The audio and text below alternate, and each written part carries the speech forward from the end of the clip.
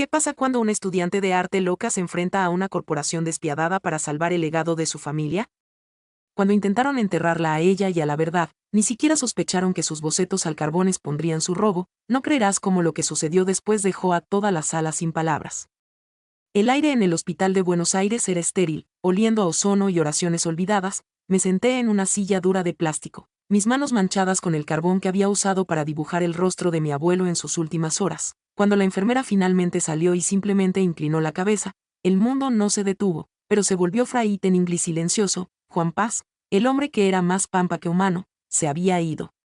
Me dejó su caja de lápices de carbón y un legado de deudas que llegaba hasta el cielo. Mis hermanos mayores, Pedro y Hugo, ni siquiera esperaron a que terminara el periodo de luto. Para ellos, la estancia Paz no era nuestra historia, era un cadáver. Ya estaban acurrucados en rincones con representantes de Agro Sombra, una corporación que veía nuestra tierra ancestral como nada más que una coordenada en una hoja de cálculo. Se acabó, Rosa, me dijo Pedro, su voz desprovista de cualquier peso. La tierra está muerta, deja que los empresarios la entierren. Sentí un vacío doloroso en el pecho, un sentido de desplazamiento tan profundo que parecía que me estaban borrando de mi propio mapa.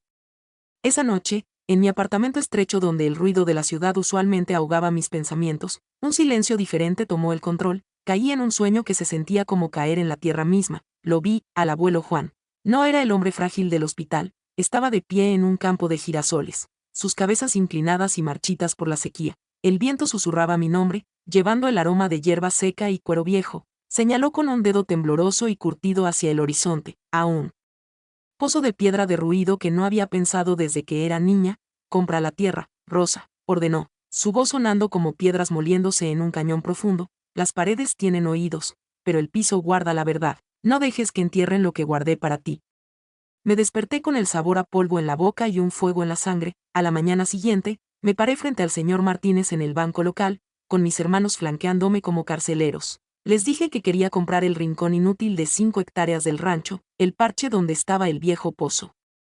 La risa fue peor que el rechazo. Martínez me miró con una condescendencia que me erizó la piel. Rosa, querida, dijo, reclinándose en su silla de cuero, eres un estudiante de arte, pintas cuadros bonitos. La pampa es para hombres que entienden rendimientos e intereses, no para chicas que persiguen fantasmas. Mis hermanos se burlaron de mí, llamándome una soñadora inestable. Su prejuicio era una pared de piedra fría, un sistema diseñado para decirme que mi herencia no me pertenecía porque no encajaba en su molde de poder.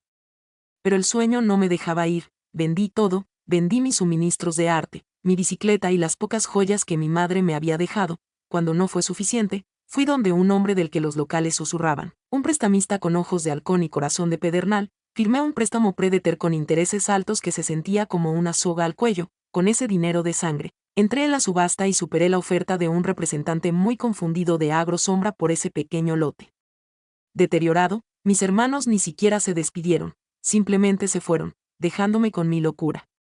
Llegué a mi lote mientras el sol sangraba en el horizonte. Era un cementerio de sueños. La casa era un esqueleto, el techo hundido como un hombro cansado. No había agua, no había electricidad, y el silencio de la pampa se sentía lo suficientemente pesado como para aplastarme. Encontré un solo trozo de madera carbonizada en el hogar y comencé a dibujar el pozo en el papel tapiz descascarado, mi mano moviéndose con una energía frenética. Buscaba un patrón, una señal, cualquier cosa para justificar la ruina que había comprado. Pasé 3 días limpiando el pozo.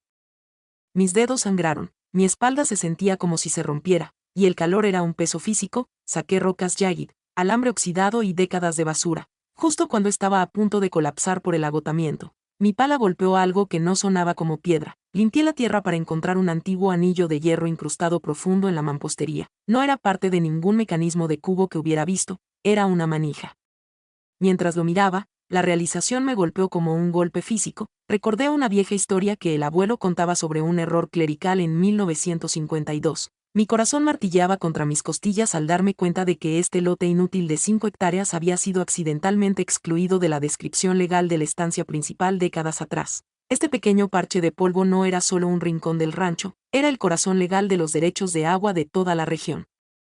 El sonido de un motor potente rompió el silencio. Una enorme SUV negra irrumpió por la hierba seca, levantando una pared de polvo. Luis Silva, el rostro pulido y frío de Agro Sombra, salió. Ya no parecía un empresario, parecía un depredador. No ofreció un saludo, extendió un cheque, el papel ondeando en el viento caliente. Tómalo y vete antes del atardecer, Rosa, dijo, pero noté que su mano temblaba ligeramente contra su traje caro. Es 10 veces lo que pagaste, no seas una chica difícil, la pampa es muy grande, y es muy buena escondiendo cosas que no quieren ser encontradas. Miré el cheque, luego el pozo, y luego sus ojos. Me di cuenta entonces de que la pelea ni siquiera había comenzado. Vi desaparecer la SUV negra de Silva en una nube de su propia arrogancia, dejándome con un cheque que me negué a tocar y una amenaza que colgaba en el aire como el aroma de una tormenta acercándose. Pensé que sabía que era la soledad, pero los días siguientes me enseñaron su verdadero peso. El asedio comenzó en silencio. Cuando monté mi vieja bicicleta al pueblo de las Flores para comprar harina y queroseno, el dueño de la tienda de comestibles, un hombre que había conocido a mi abuelo por 40 años, no me miró a los ojos. Tu crédito no sirve aquí, Rosa, murmuró, acomodando latas con manos temblorosas. Órdenes de arriba, fue lo mismo en la ferretería, lo mismo en la farmacia. Silva no solo había comprado la tierra, había comprado el aire mismo que respiraba el pueblo.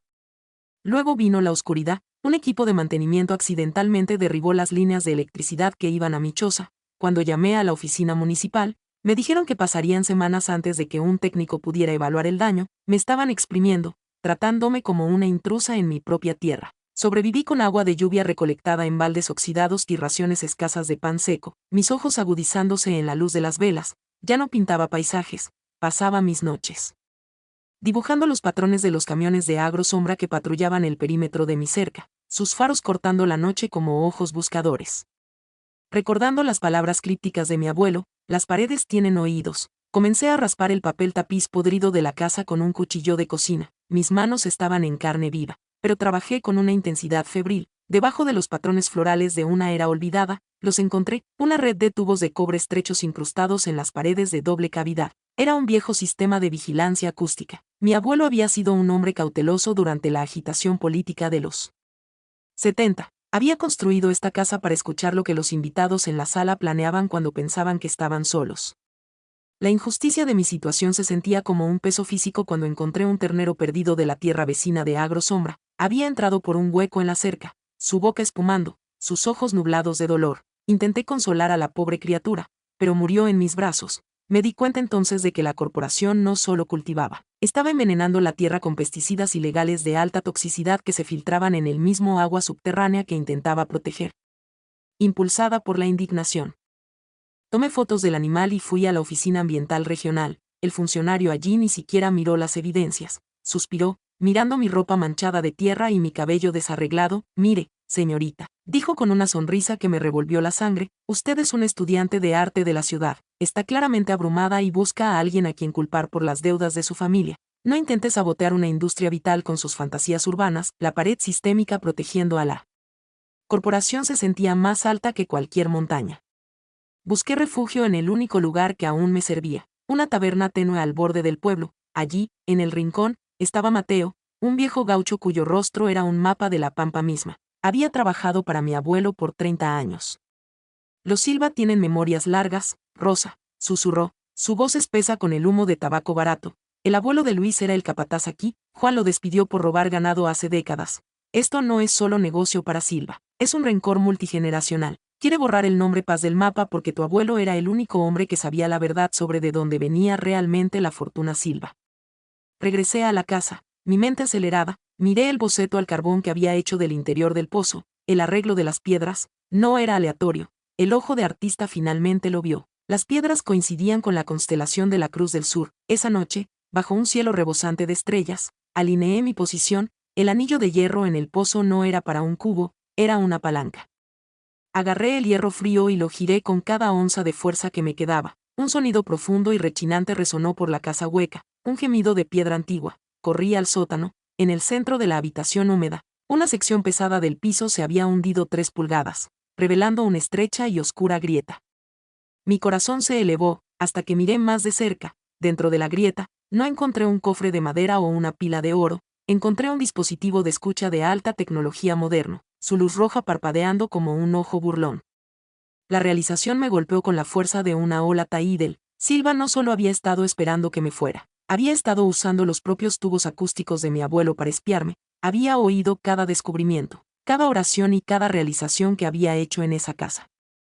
El silencio de la noche se rompió con el rugido de motores. Faros crestearon la colina, 3 pares de ellos, moviéndose rápido y sin sirenas, no venían a hablar, estaba atrapada en el sótano, y la sombra de Agro Sombra finalmente se cerraba.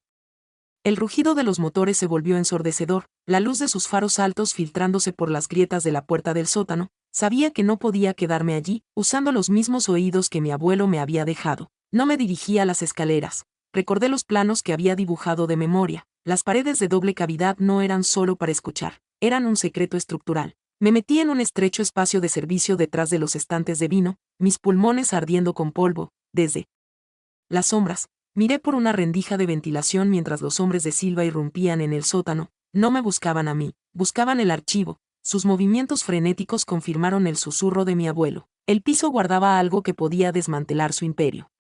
Gateé por el vientre de la casa, la madera áspera raspando mi piel, hasta llegar a una pequeña escotilla bajo el porche. Me deslicé hacia la noche fría y corrí hacia la carretera principal. Mi corazón un tambor frenético contra mis costillas. No podía quedarme en la tierra, necesitaba pruebas que el sistema no pudiera ignorar. Hice autostop en un camión de grano, enterrándome bajo una lona pesada, disfrazada como jornalera. Mi destino era La Plata, la capital regional, donde se guardaban los títulos de tierra originales. Pero la ciudad ofrecía una crueldad diferente. En los grandes salones de los archivos, enfrenté la burocracia de la élite urbana. Los empleados miraron mis botas cubiertas de tierra, mis manos callosas y ásperas, y las sombras bajo mis ojos. Para ellos, era solo otra chica loca del campo causando problemas. Perdieron mi papeleo, me hicieron esperar horas en pasillos estériles, y hablaron por encima de mí como si fuera invisible. Cuando finalmente obtuve acceso a los registros, mi sangre se heló. El libro mayor de la estancia Paz había sido sanitizado, las páginas que cubrían los años 1976 a 1983, los años de la dictadura militar, habían desaparecido. Un trágico incendio, me dijo el funcionario senior, su voz suave como seda, pero vi el reloj de oro en su muñeca, un lujo que ningún servidor público podía permitirse, y supe que era un regalo de Agro Sombra. La corrupción era una enfermedad que llegaba al corazón mismo de la provincia. Me senté en un banco del parque, derrotada, aferrando mi cuaderno de bocetos, pero al mirar mis dibujos del rancho, mi ojo de artista comenzó a ver lo que los abogados habían pasado por alto. Había estado superponiendo fotos familiares antiguas con imágenes satelitales modernas que encontré en la biblioteca. Noté algo que un burócrata nunca vería. Las cercas de los límites no solo se habían movido, habían respirado. En 30 años, las cercas del conglomerado se habían desplazado casi 500 metros hacia las propiedades vecinas. No solo habían comprado tierra, habían estado realizando un robo a cámara lenta, robando miles de hectáreas de todo el valle, 1 metro a la vez. Esa noche, exhausta en una pensión barata, Juan apareció ante mí de nuevo. Esta vez, no estaba en un campo, estaba en la cocina de la casa, pintando, pero no usaba óleo ni carbón, usaba sangre. Pintaba un mapa del piso de la casa, pero las líneas no eran límites, eran nombres, nombres de las familias con las que crecí. Señaló el hogar, el centro frío del hogar. El fuego que quema no siempre destruye, Rosa, dijo, sus ojos ardiendo con una luz extraña, a veces revela. Corrí de vuelta al rancho, evitando las carreteras principales. Llegué a la casa bajo la cobertura de una niebla espesa, fui directo al hogar y encendí un fuego, alimentándolo con los últimos postes viejos de la cerca. Mientras el calor se intensificaba, las pesadas losas de piedra del piso comenzaron a cambiar. Mi abuelo había sido químico antes de ser ranchero. Había tratado esas piedras con un compuesto químico sensible al calor. El piso guarda la verdad no era una metáfora. Mientras las piedras se calentaban, líneas oscuras y grabadas comenzaron a sangrar a través de la superficie. No eran solo piedras, eran placas litográficas. Los mapas originales e infalsificables de las concesiones de tierra de la región, grabados profundo en los mismos cimientos de la casa. Estos eran los documentos que la corporación pensaba que habían destruido en el incendio en los archivos. Caí de rodillas, trazando los nombres con mis dedos. Mi abuelo había literalmente construido nuestro hogar sobre la verdad. De repente, la puerta principal fue pateada. Esperaba a los matones de Silva, pero lo que vi fue peor. Era la policía local, liderada por el señor Martínez del Banco. Sostenía un papel en alto, su rostro torcido en una sonrisa triunfante. Rosa Paz, estás bajo arresto por incendio malicioso y poner en peligro la seguridad pública, gritó. Finalmente perdiste la cabeza, chica. Mientras me arrastraban lejos del piso brillante, vi a Silva de pie en las sombras del porche, una sonrisa fría y satisfecha en su rostro. Pensaba que el fuego terminaría el trabajo que había empezado. No se daba cuenta de que cuanto más intentaba quemarme, más la verdad comenzaba a brillar.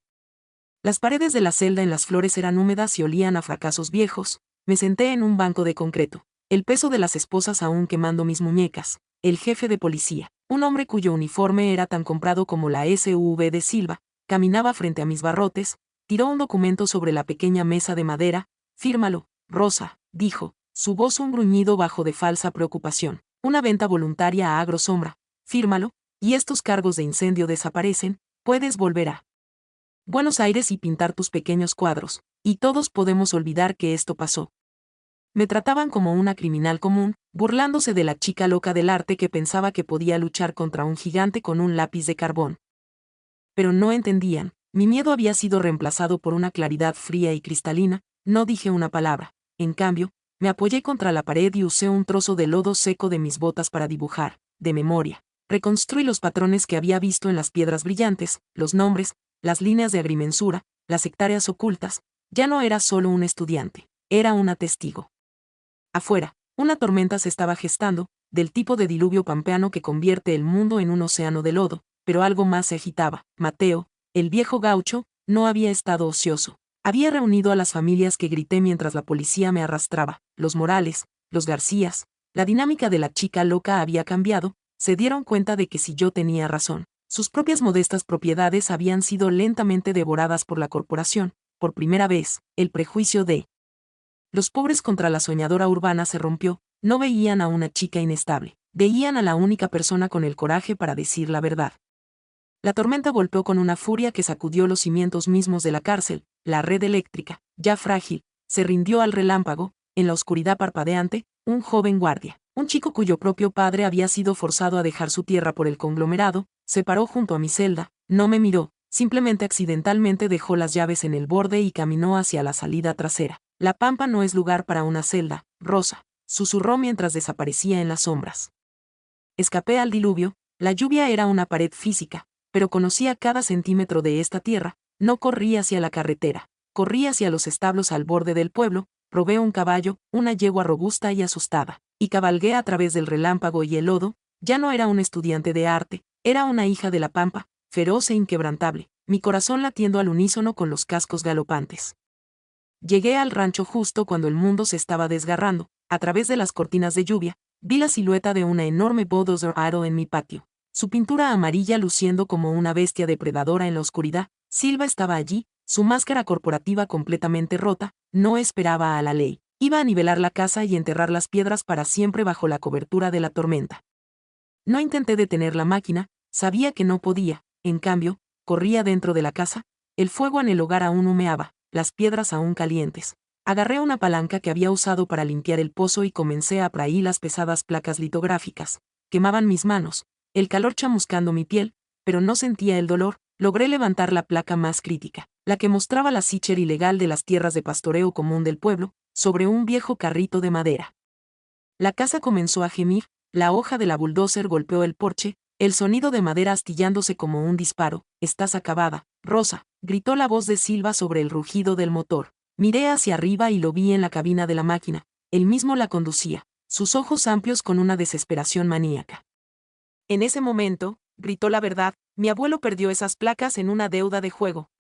Era un cobarde que vendió el legado Silva a un hombre como Juan Paz. No dejaré que una chica como tú lo use en nuestra contra. La bulldozer avanzó de nuevo, el peso causando que el piso temblara. El carrito con las piedras estaba a centímetros de la abertura del sótano. Mientras las vigas del techo comenzaban a romperse y el techo empezaba a llover yeso y polvo, el piso debajo de mí cedió. Sentí la sensación aterradora de caer. El carrito, las piedras y yo caímos en la oscuridad del sótano justo cuando toda la parte frontal de la casa colapsaba en un rugido de escombros. Miré hacia arriba desde la tierra, mi visión nadando, y vi a Silva mirando hacia la ruina desde el asiento de su máquina, su rostro una máscara de triunfo frío. Pensaba que me había enterrado con la verdad. El mundo era negro, frío y olía a tierra húmeda y cedro aplastado. Estaba pin bajo una viga pesada del techo, mis piernas atrapadas, el peso de la casa colapsada presionando el aliento de mis pulmones. Cada jadeo era una lucha contra el polvo. En esa oscuridad asfixiante, lo vi una última vez. Mi abuelo no señalaba un pozo o un piso ya, estaba sentado calmadamente a mi lado en el piso del sótano, sosteniendo un solo lápiz de carbón. No habló, pero sus ojos eran pacíficos. me entregó el lápiz, y en ese momento, entendí. No necesitaba que las piedras pesadas fueran perfectas, no necesitaba cargar el peso del mundo en mi espalda, solo necesitaba capturar la verdad. Con manos temblorosas, me arranqué la camisa de algodón blanco de la espalda, la coloqué sobre las superficies grabadas de las placas litográficas que habían caído conmigo, usando el carbón, comencé a frotar, mis movimientos frenéticos pero precisos, no solo estaba dibujando, estaba registrando la aritmética del robo, transferí los nombres de las familias, los límites originales y el sello de la provincia a la tela, mi sangre y sudor actuaron como aglutinante, haciendo las impresiones permanentes. Justo cuando el aire en el sótano comenzaba a escasear, oí el sonido de 100 palas. No era el tut rítmico de máquinas, sino el excavar frenético e irregular de manos humanas. Rosa. Rosa, ¿estás ahí? Era la voz de Mateo.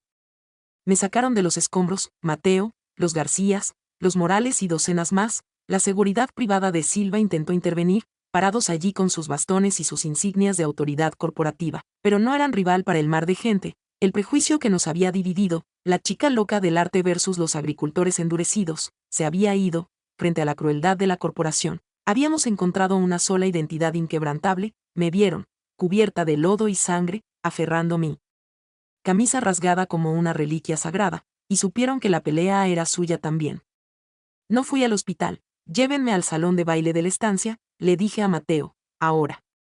Llegamos a la gran casa señorial justo cuando la tormenta comenzaba a romperse. Dentro, la atmósfera era un contraste agudo con el lodo y la miseria afuera. El gobernador estaba sentado en una larga mesa de caoba, rodeado de cámaras y hombres en trajes caros, listo para firmar los permisos finales de desarrollo que borrarían nuestra historia para siempre. Silva estaba allí también, habiendo huido de la ruina de mi casa, luciendo compuesto y arrogante de nuevo.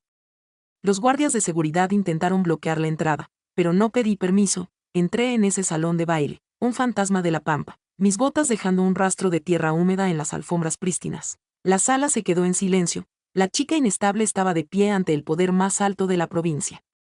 La pampa no olvida, y el piso no miente, dije, mi voz resonando con una fuerza que no sabía que poseía. Caminé hacia la cabecera de la mesa y extendí la camisa manchada de carbón sobre los documentos del gobernador. Señalé los nombres, señalé los límites desplazados, expliqué cómo las placas litográficas en los cimientos de mi hogar, las que Silva acababa de intentar destruir, probaban que cada hectárea que Agrosombra reclamaba poseer era robada. Las cámaras de los medios, sintiendo el cambio en la sala, giraron sus lentes hacia las frotaciones. La evidencia era innegable. Era una verdad física e histórica que ninguna cantidad de relaciones públicas corporativas podía borrar. El rostro de Silva se volvió del color de la ceniza. Intentó hablar, reclamar que las frotaciones eran falsificaciones, pero su voz le falló. El peso de la vergüenza de su familia y sus propios crímenes finalmente lo había alcanzado. El gobernador, viendo cómo la opinión pública giraba en un solo latido, no tuvo opción. En televisión en vivo, tomó los contratos de desarrollo y los rompió en dos. Estos acuerdos son nulos, declaró. Una investigación inmediata en las propiedades de Agrosombra comenzará esta noche. Luis Silva fue arrestado allí mismo en el salón de baile, no solo por el fraude, sino por el intento de asesinato que había cometido bajo la cobertura de la tormenta. El gerente del banco y los funcionarios locales pronto fueron implicados en una investigación masiva de Rakit, el sistema que había parecido tan sólido, tan impenetrable. Se reveló como nada más que una casa de naipes construida sobre tierra robada.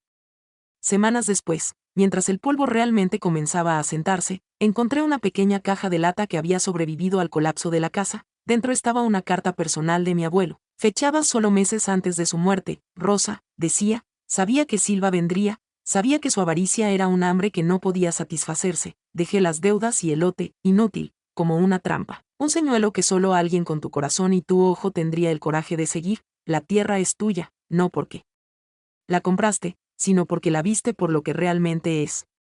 La estancia Paz nunca se vendió. Hoy, es una cooperativa de propiedad comunitaria y la Fundación Juan Paz para las Artes. Los girasoles ya no están marchitos, se yerguen altos, sus cabezas siguiendo al sol. Me siento en el porche de la casa modesta recién reconstruida, el aroma de la pampa llenando mis pulmones. Tomo un lápiz de carbón, pero no dibujo el pozo ni las ruinas. Dibujo los rostros de los vecinos que estuvieron a mi lado. He encontrado mi paz interior, he encontrado mi voz, y finalmente, he encontrado mi hogar. El piso guardaba la verdad, pero fue mi corazón el que le dio un lenguaje.